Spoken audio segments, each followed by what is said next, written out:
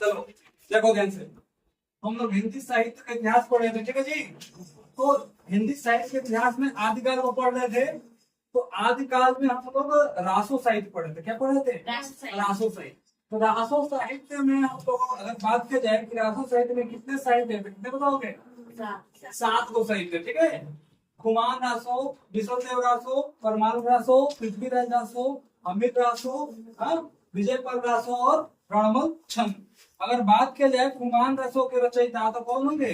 दलपति दलपति विजय। क्या होगा? दलपति विजय। अगर विशलदेव रासों की बात किया जाएगा तो क्या होगा? गणपति लाल। अगर बात किया जाए परमान रासो जो हम लोग पढ़ रहे हैं, इसका रचयिता कौन होंगे जी? जगनीक होंगे। पृथ्वीराज रासो के रचयिता कौन होंगे? चंद्र बरदाई। अगला क्या है? हमीद रासो। हमीद रासो के रचयिता कौन होंगे? सारंग धर, ठीक है। फिर अगला है विजयपाल रासो। विजयपाल रासो के रचयिता कौन होंगे? नल सिंह। और लास्ट है रणमल छंद। इसका रचयिता कौन होंगे? श्रीधर। तो हम लोग आते हैं अपने main topic Parmal Raso part 2। ठीक है जी। पार्ट 1 हम लोग कंप्लीट कर चुके हैं, ठीक है। और पार्ट 2 को परमाल रासो, इसका रचयिता कौन होंगे? परमाल रासो के कौन होंगे? परमाल रासो का रचयिता जगनीक, ठीक है। अगर बात किया जाए कि परमाल रसों का रचना का यह समय क्या था, परमाल रसों का रचना का क्या था? कल पढ़े थे कौन के वीडियो में? क्या था परमाल रसों का रचना का? 1230 विक्रम संवत, ठीक है। याद आ रहा है क्वेश्चन? अगर बात किया जाए कि परमाल रसों में किसकी कहानी चल रही थी जी? कौन से दो भी? अल्लाह और उदल की, ठीक है। और ये कहाँ की कहानी थी? तो महोबा। कहाँ की? महोबा, जिसको बुंदेलखंड बोलते हैं। बुंदेलखंड एरिया है, ठीक है। पश्चिमी उत्तर प्रदेश में पड़ता है ये महोबा, ठीक है। यही कहानी है। इसमें 5 वीर पुरुष थे। महोबा के कौन? अल्लाह, उदल, ब्रह्म और ढेबा, और एक क्या था? मल्हार। मल्हार, ठीक है। तो ये 5 वो थे, ठीक है जी। तो अब हम लोग इसके आगे आते हैं। तो इसकी कहानी में हम लोग पढ़ चुके थे कैसे कैसे इसका कहानी आगे बढ़ रहा था। तो अगर बात किया जाए तो उस टाइम पे कलिंजर के राजा कौन थे? कलिंजर के राजा थे परमाल। ये राजा परमाल, ठीक है। परमाल से याद आ रहे हैं कौन? कल यही तो पढ़े थे जी। तो परमाल की शादी हुई थी मल्हाना से। किससे हुआ था? मल्हाना से। यहाँ तक समझ में आया? मल्हाना की 2 बहनें थी। कितनी बहनें? 2 छोटी बहनें थी। एक का नाम था क्या? देवल देव। एक का नाम था देवल देव, एक का नाम था तिनका, ठीक है। शादी के बाद मल्हाना ने इनको अलग अलग साम्राज्य दे दिया था, महल बनाकर। तो देवल देव को साम्राज्य कहाँ पे मिला था और तिनका को कहाँ पे मिला था? देवपुरवा में। किसको मिला था? देवपुरवा में मिला था देवल देव को। और तिनका को कहाँ मिला था? सिरसा में। यहाँ तक समझ में आया? कहानी को रिपीट करवाया तभी आगे बढ़ पाएंगे। जब पीछे हम लोग क्या करें, एक बार रिवाइज कर ले, ठीक है। देवलपुरवा। अगर बात किया जाए देवल देव की शादी किससे हुई थी? देवल देव की शादी किससे हुई थी? कौन बताएगा?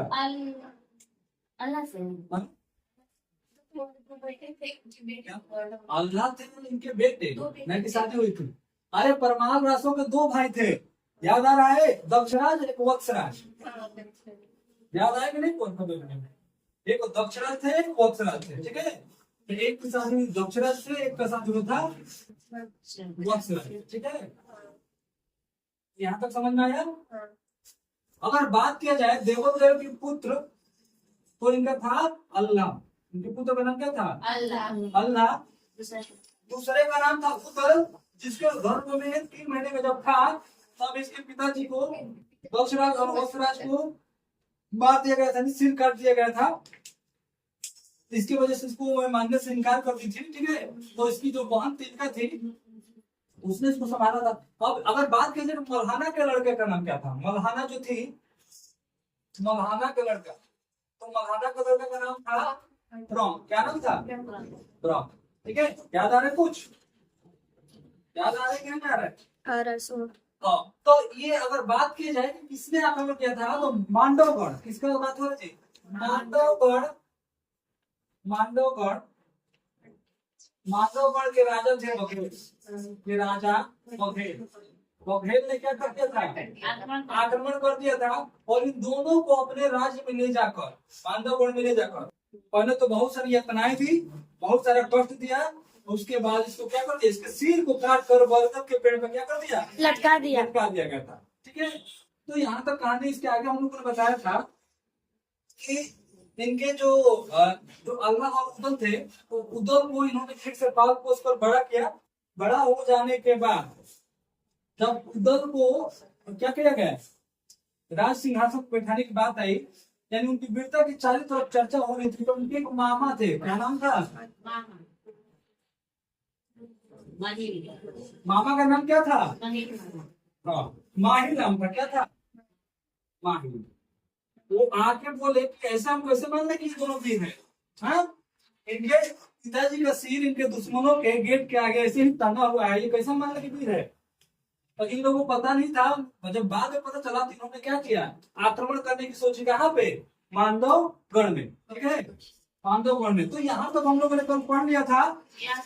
ठीक है, आगे हमें पढ़ना था कि अब कहानी क्या चलेगी। तो 5 में वीर कौन थे जी? मोहब्बत के, मोहब्बत के 5 वीर। अल्लाह, मोहब्बत के 5 वीर कौन है? अल्लाह, उदल, हाँ, उदल, मलखान, मलखान, देवा, देवा, और देवा है, और एक लास्ट है राम।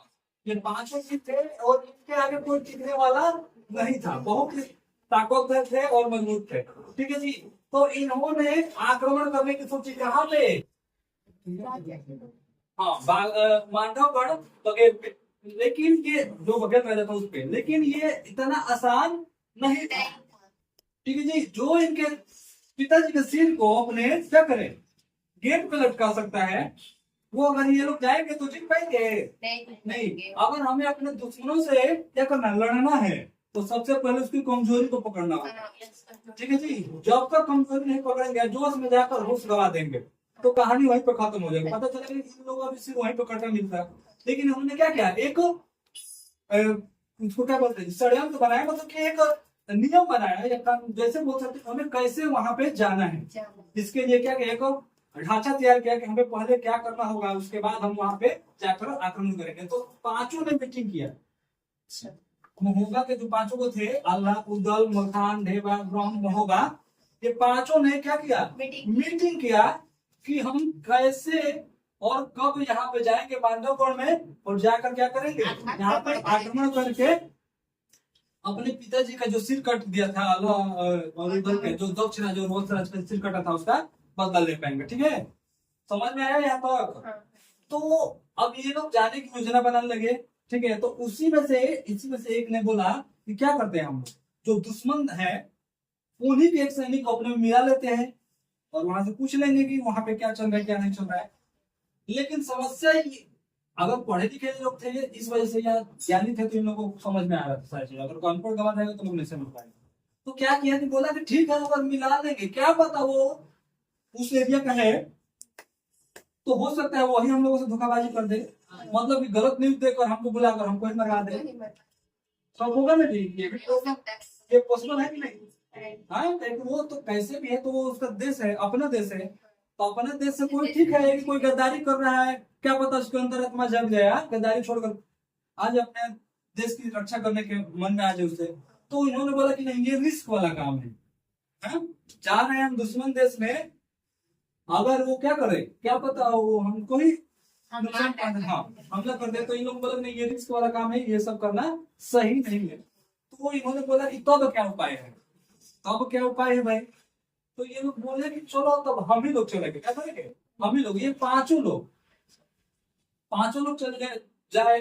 तो जाने से पहले ये लोग अपने माता जी से जाकर मिले, पिताजी से, जो राजा था परमाल से आगे लेने पाए, तो परमाल तो आगे दे दिए। फिर लास्ट में जब माता जी से मिलने गए, तो इनके माता जी ने बोला था कि कुछ भी हो जाए, धर्म का पक्ष नहीं छोड़ना है, बेसहारों पे हमला नहीं करना है। जो युद्ध में हथियार डाल दे उस पे, उसको मारना नहीं है। जो हथियार डाले पहले ही अपने आप को हार मान लिया, उसको मार के तुम क्या करोगे? तो तुमको उसको मारना नहीं है। जो पीठ दिखा के भाग रहा है उस पर भी आक्रमण नहीं करना है। इतना सब तुम ज्ञान वान लेकर चले गए मांडवगढ़ की तरफ। तो जाते जाते किसी घर में डायरेक्ट नहीं ना घुसेंगे, तो कुछ दूरी पर जाकर एक डेरा बना लिए रहने के लिए, ताकि इसको समझा जाए कि इस किले को कैसे भेजा जाए, मांडवगढ़ का किला कैसे अंदर जाया जाए और क्या किया जाए। तो जब ये, तो इन्होंने क्या किया, अपने आप को साधु का भेष ले लिया। किसका जी? साधु का। पांचों साधु का भेष ले लिए और अपने अपने, किसी ने बीड़ा, किसी ने सारंगी, किसी ने तबला, किसी ने कुछ बांसुरी, तो पांच को अपने अपना ले लिए और बजाते हुए कहाँ पे घुस गए? इसके राज्य में घुस गए। जब राज्य में घुस गए, ठीक है जी, तो गेट पे ही द्वारपाल मिलेगा। द्वारपाल कहाँ मिलते हैं? गेट पे मिलते हैं। तो द्वारपाल गेट पे मिल गए, ठीक है जी। तो बोले कि क्यों, किसलिए आए हो भाई? तो कोई अंदर घुसेंगे इस घर में, तो वही पहला क्वेश्चन क्या होता है, किस लिए आए हो? तो वो बोले ना कि हम तो जा रहे थे तप करने। क्या करते हैं? तप करने। लेकिन ये राजा के हम बहुत बढ़िया महल देखे, तो यहाँ पे मुझे घूमने की इच्छा हुई, जानने की इच्छा हुई किसका राज्य है, अरे कितना इसका राज्य और कैसे इतना अच्छा राज्य चल रहा है। तो बोला कि अच्छा ठीक है, यहाँ पे रुकिए, हम राजा का आपका संदेश हम राजा के पास पहुंचाएंगे, उसके बाद ही आपको आगे बढ़ने की अनुमति मिलेगी, ठीक है। तो यहाँ तक समझ में आ रहा है कहानी। उसके बाद हुआ यूं कि ये लोग रुक गए, और तो उसी में से एक ने पूछा कि आप कितने दिन के लिए यहाँ पर ठहरने वाले हो, मतलब हमारे राज्य में कितने दिन के लिए ठहरना है? सैनिकों ने पूछा। तो बोले कि हम तो संत है। क्या है? संत।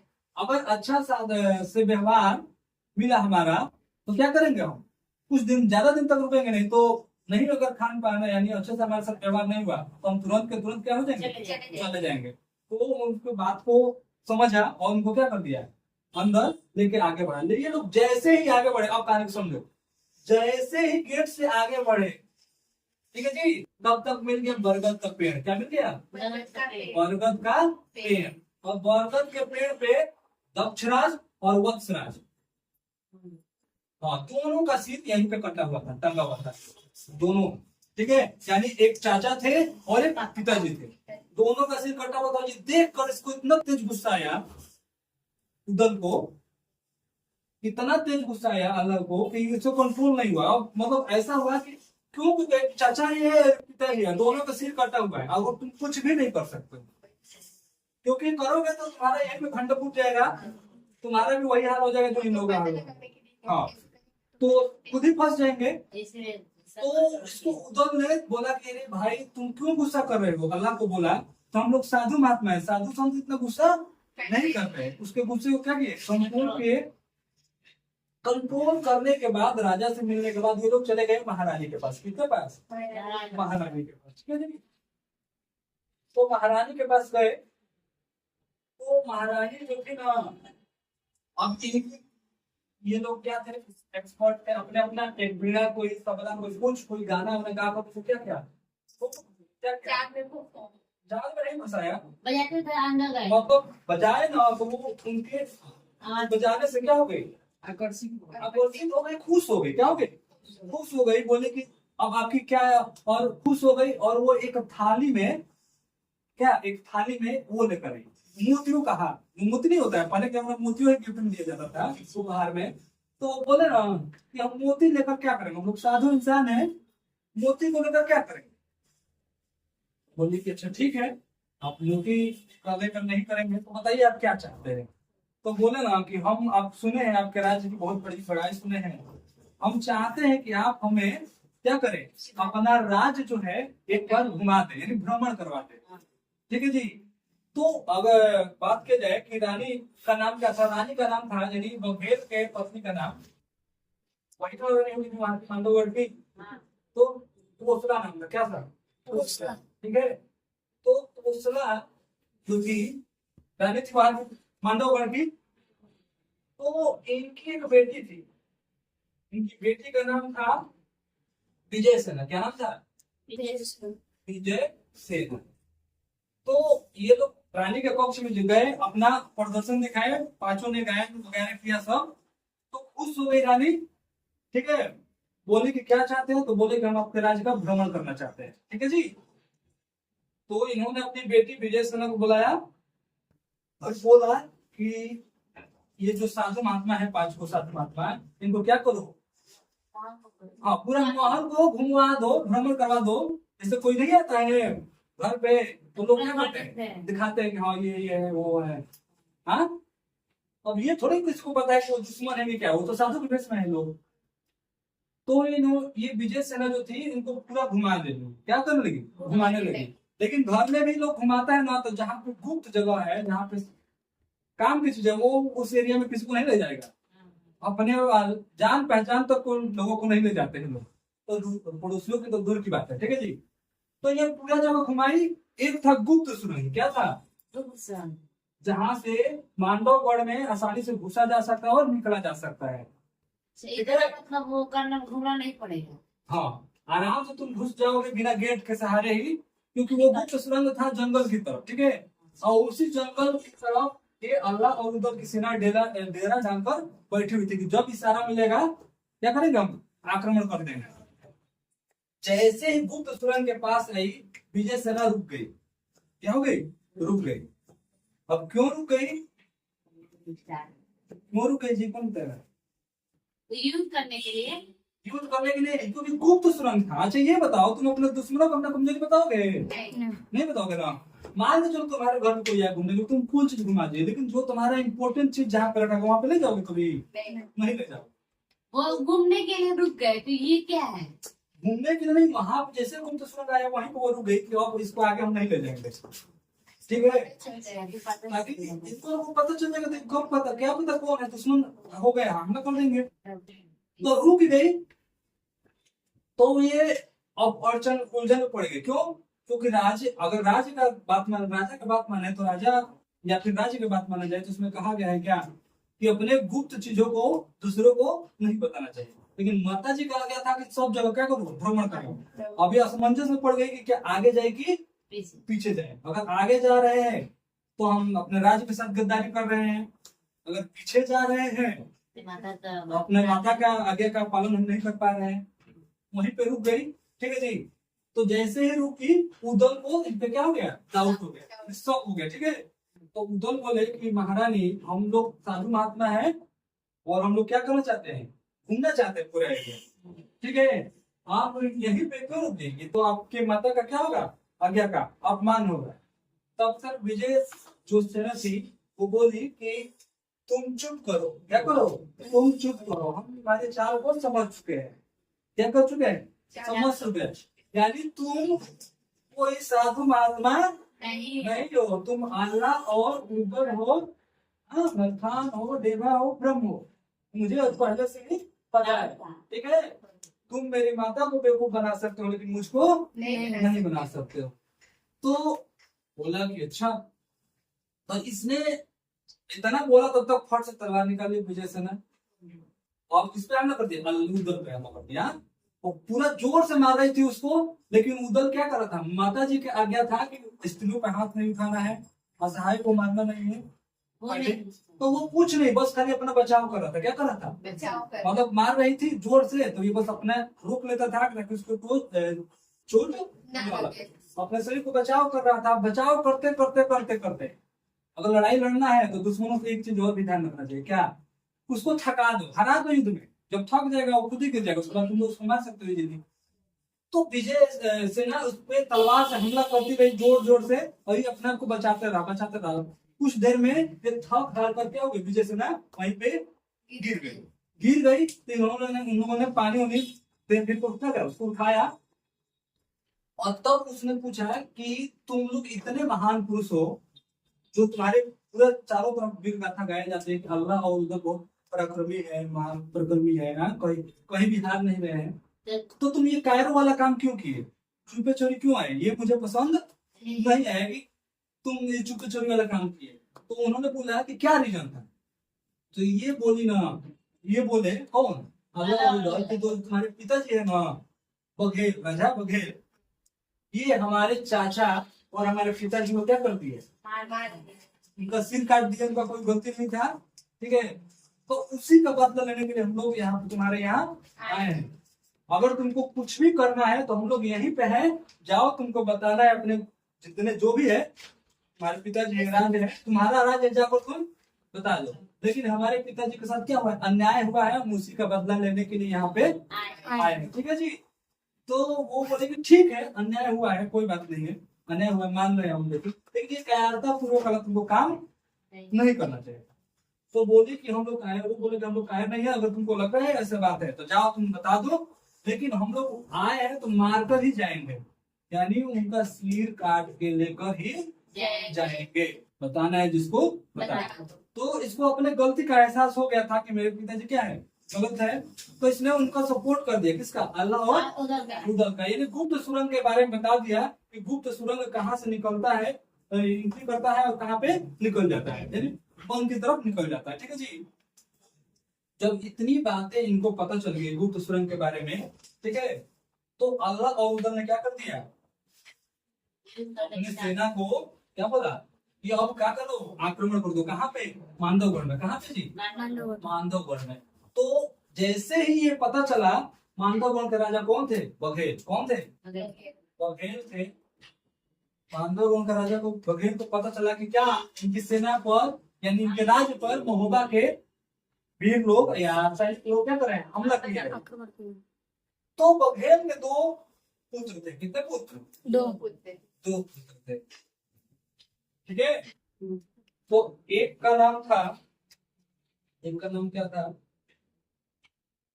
राय करंगा। क्या नाम था, राय करंगा। और एक का नाम था सूरज। क्या नाम था, सूरज, ठीक है। क्या तो समझ में जी कहानी क्या चल रही है अलग उधर की। तो राय करंगा और सूरज दोनों को राजा बघेल बुलाया और बोला कि देखो बेटे, अब युद्ध का समय आ चुका है, ठीक है जी, दुश्मन हमारे गेट के सामने खड़ा है, ठीक है। अब तुम लोग जाकर युद्ध करो और उन लोगों को वही हाल करो जो दक्षराज और वत्सराज का हुआ, ठीक है। मैंने दोनों का सिर कट दिया था, काट दिए थे ये लोग, वैसे इन लोगों को भी काट दो। तो ये लोग भी बोले कि आप पिताजी टेंशन मत लीजिए, हम लोग इनमें से किसी को, पांचों में से किसी को छोड़ने वाले नहीं है, ठीक है जी। तो यहाँ तक होने के बाद अब क्या हो गया, युद्ध हो गया। क्या हो गया, युद्ध स्टार्ट। तो इधर की सेना तैयार थी, अब इधर की भी सेना, राय करंगा सूरज इधर के सेना को संभाल रहे थे, और महोबा के सेना में थे अल्लाह, उदल, मलखान, डेवा, ये लोग इधर का संभाल रहे थे, ठीक है जी। अब दोनों में क्या हो गया, लड़ाई हो गया, युद्ध हो गया, खूब जोरदार लड़ाई हुआ। पहला दिन ऐसे निकल गया, ठीक है जी।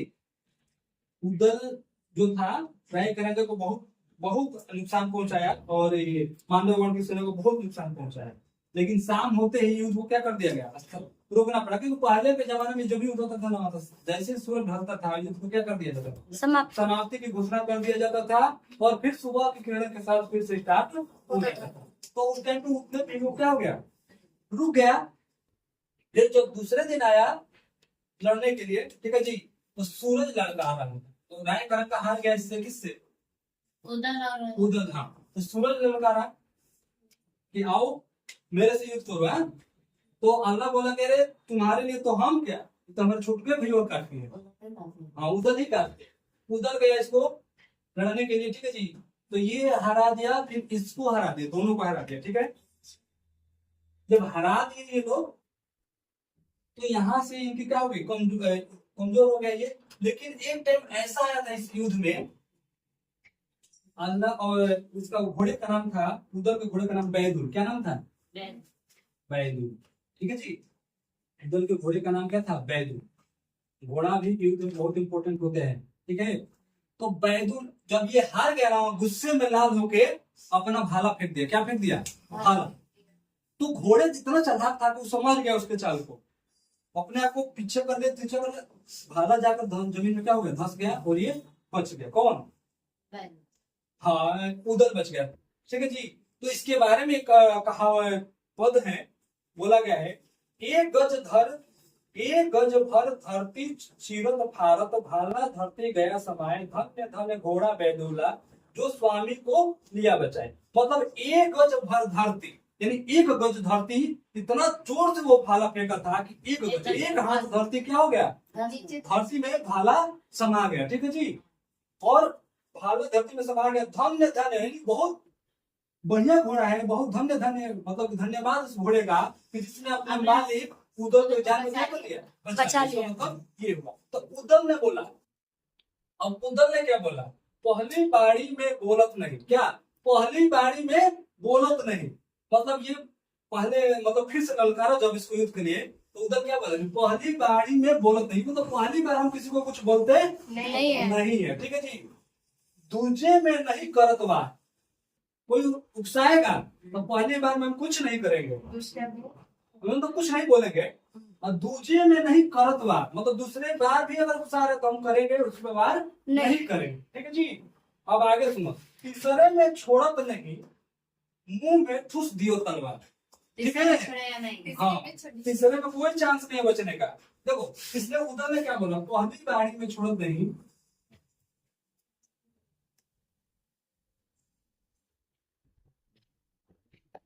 ये बार बार इसको ललकार रहे थे सूरज, इसको उदल को। हाँ, दूसरी में या दूजे में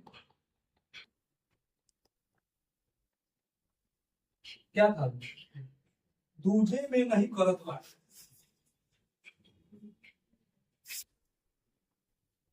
तीसरी चीजें तीसरे में छोड़त नहीं।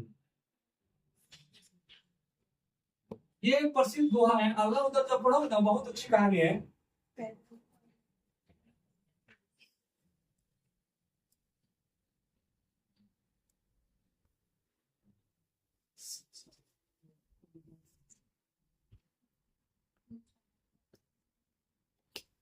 देखो क्या बोला है जी, उधर क्या बोला कि पहली बारी में छोड़त नहीं, यानी पहली बार गलती करोगे तो हम कुछ नहीं बोलेंगे, छोड़ देंगे। पहली बारी में बोलत नहीं, छोड़त नहीं हो, बोलत नहीं हो, क्या होगा, बोलत नहीं, छोड़ेंगे ही नहीं। हाँ बोलत नहीं, वो गलत हो गया।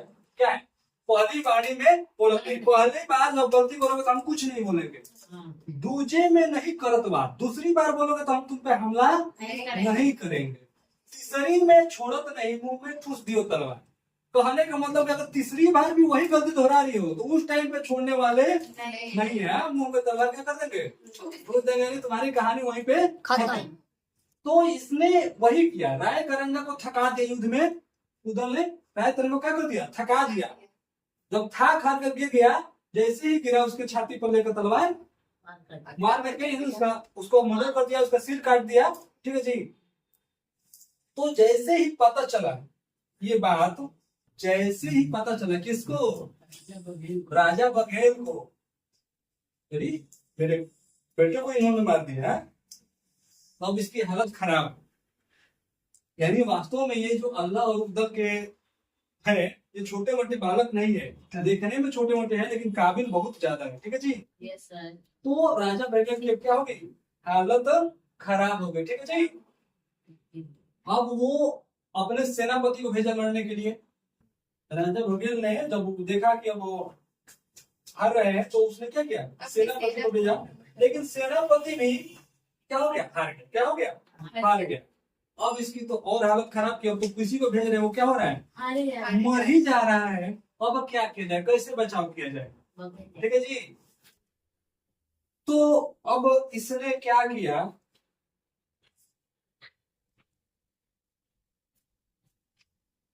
अब इसने क्या किया, देखो अब ये इसको टेंशन हो गया कि अब कैसे बचाव किया जाए अपने राज्य को। तो इसने क्या किया कि एक तंत्र मंत्र वाली महिला, क्या थी, तंत्र मंत्र वाली काली, जो जादूगरनी बोला जाता है जिसको, ठीक है, हाँ जादू टोना, ठीक है। तो उस महिला थी, उस महिला का नाम था सहजो जोगी, सहजो जोगी, ठीक है। तो इस पे आएंगे, पहले इसके बारे में थोड़ा समझ लें। तो यहाँ तक समझ में आया बच्ची कहानी, यस सर। तो जैसे ही इन दोनों को हरा दिया तो ये गया और सहजो जोगी के पास, कहाँ पे, सहजो जोगी के पास से सहजो, बघेल गया था। हाँ बघेल गया सहजो जोगी के पास, क्योंकि अब उन लोगों से तो लड़ नहीं पाएगा, यस सर। हार जाएगा। सहजो जोगी ने कहा कि ये तो मेरे दाएं हाथ में खेला, क्या है जी। एक बार ऐसे ऐसे करके मंत्र मार दिए, काम से गया, ठीक है। तो साजो जोगिन ने उदल को अपने तंत्र मंत्र विद्या से क्या बना दिया? भेड़ बना दिया। क्या बना दिया? भेड़। भेड़ बना दिया। इंसान से हो गया वो क्या हो गया? भेड़। भेड़। ठीक है जी। जब भेड़ हो गया तो ये ऑटोमेटिक क्या हो जाएगा? अब कमजोर हो जाएगा, क्योंकि अल्लाह और दोनों एक साथ में लड़ते थे तो किसी को भी हरा देते थे। अब अल्लाह इसको सोचने लगा कि कहाँ गया मेरा भाई। अब उसको क्या पता था कि किसी ने उसको भेड़ बना दिया। ठीक है। तो और इधर ये जो था इस साइड, इसका जो मामा कौन? महिला। महिला बोले माही। उसने क्या किया? परमाल राजा परमाल के पास आकर झूठी खबर फैला दी। क्या झूठी खबर क्या फैला दिया था? कि आपके बेटे अल्लाह और उदल को सिर काट कर हत्या कर दिया गया है और वो दोनों अब इस धरती पे नहीं है। क्यों ऐसा माहिर ने किया था जी? विदेश में भी आए तो क्योंकि माहिर नहीं चाहता था कि अल्लाह और उदल की कोई भी काम में आगे बढ़े। क्या उस जैसे ही आगे बढ़े तो वो इतना ही ज्यादा उससे क्या करता है? उसको जलानी इच्छा हो गई। हाँ, दुख हो रहा था। तो सहजो जनी ने उसे क्या कर दिया? भेड़ बना दिया। क्या बना दिया जी? भेड़ बना दिया। भेड़ बना दिया। तो जब भेड़ बना दिया तो ये पूरा तरह से कमजोर हो गया होगा। अब युद्ध वहीं पे रुक गया। अब ये खोजने लग गया कि उधर कहाँ गया, उधर कहाँ गया। तो ये एक गोरखनाथ बाबा थे। कौन बाबा थे? गोरखनाथ। ठीक है।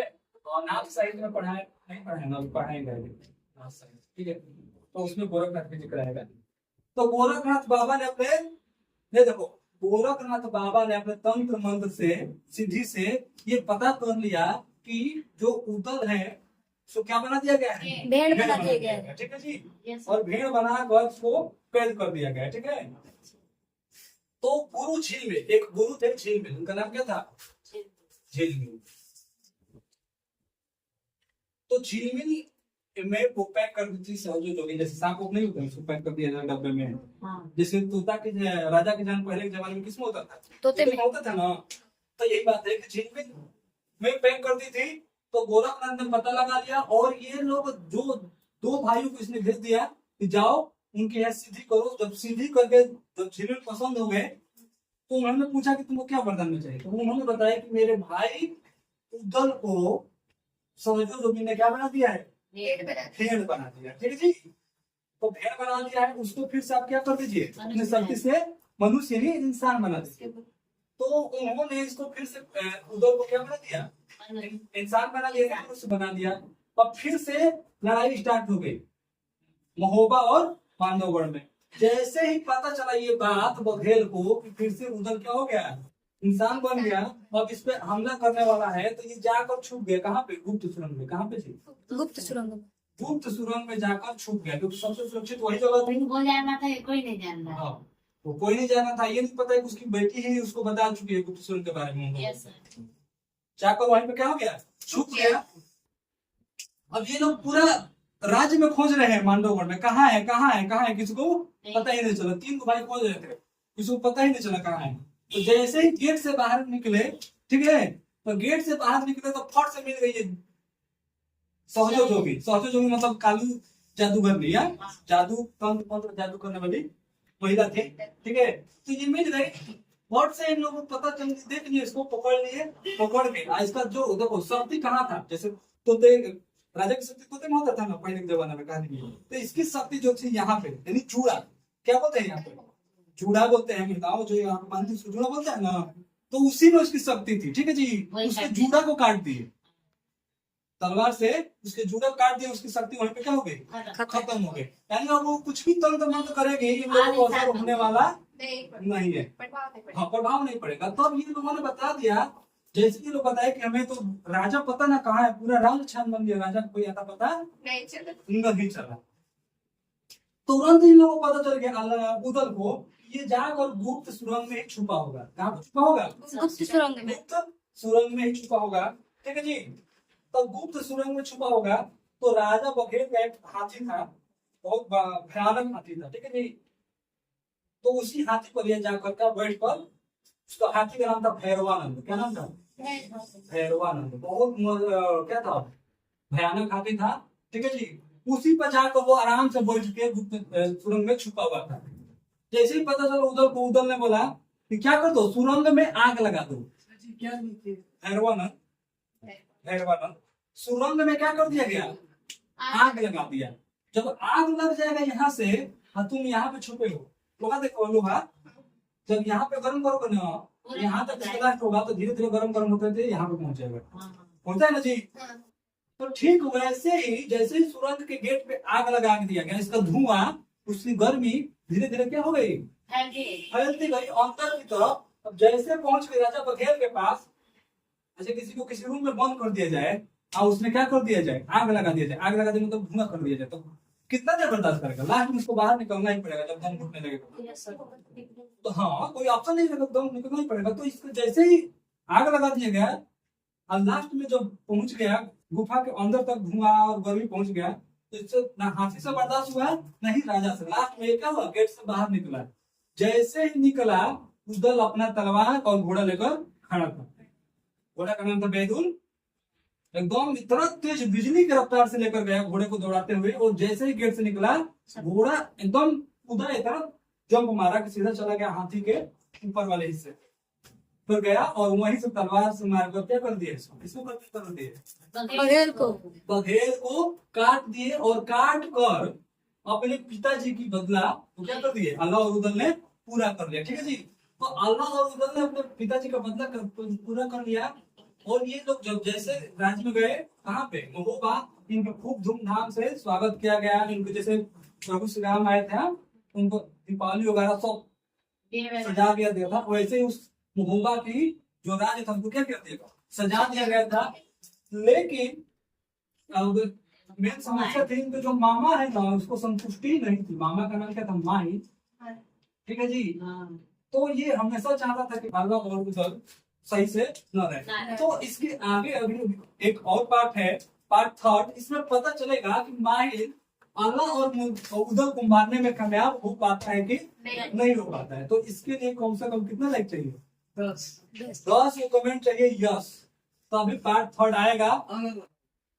नहीं तो पार्ट 2 में इतना हम बता चुके हैं, नहीं बताएंगे सर। इतना हम बता चुके हैं कि तुम्हारे किताब में यूपी बोर्ड में तो बस यहीं तक, परमाणु राशियों का रचयिता कौन है, जगनी, यहाँ पे कहानी खत्म। इसके बाद एक क्वेश्चन इससे बनने वाला नहीं है यूपी बोर्ड की बात की जाए तो। लेकिन अगर अदर कंपटीशन की बात की जाए, जैसे कि नेट हो गया, तो उसमें ही सब क्वेश्चन आ सकता है। नेट हो गया या टीचिंग एग्जाम हो गया, उसमें आ सकता है। या फिर किसी को कहानी पूरा समझना हो कि लास्ट में हुआ क्या था, इसको मामा जो था अपने साजिश में कामयाब हो पाया है नहीं हो पाया है, तो इसके पार्ट 3 के लिए क्या करना होगा, वेट और वेट करना होगा। तब जब 10 को कमेंट आएगा तभी आगे क्लास चलेगा, नहीं तो अगला क्या है, अमीर राशि, वही ठीक है।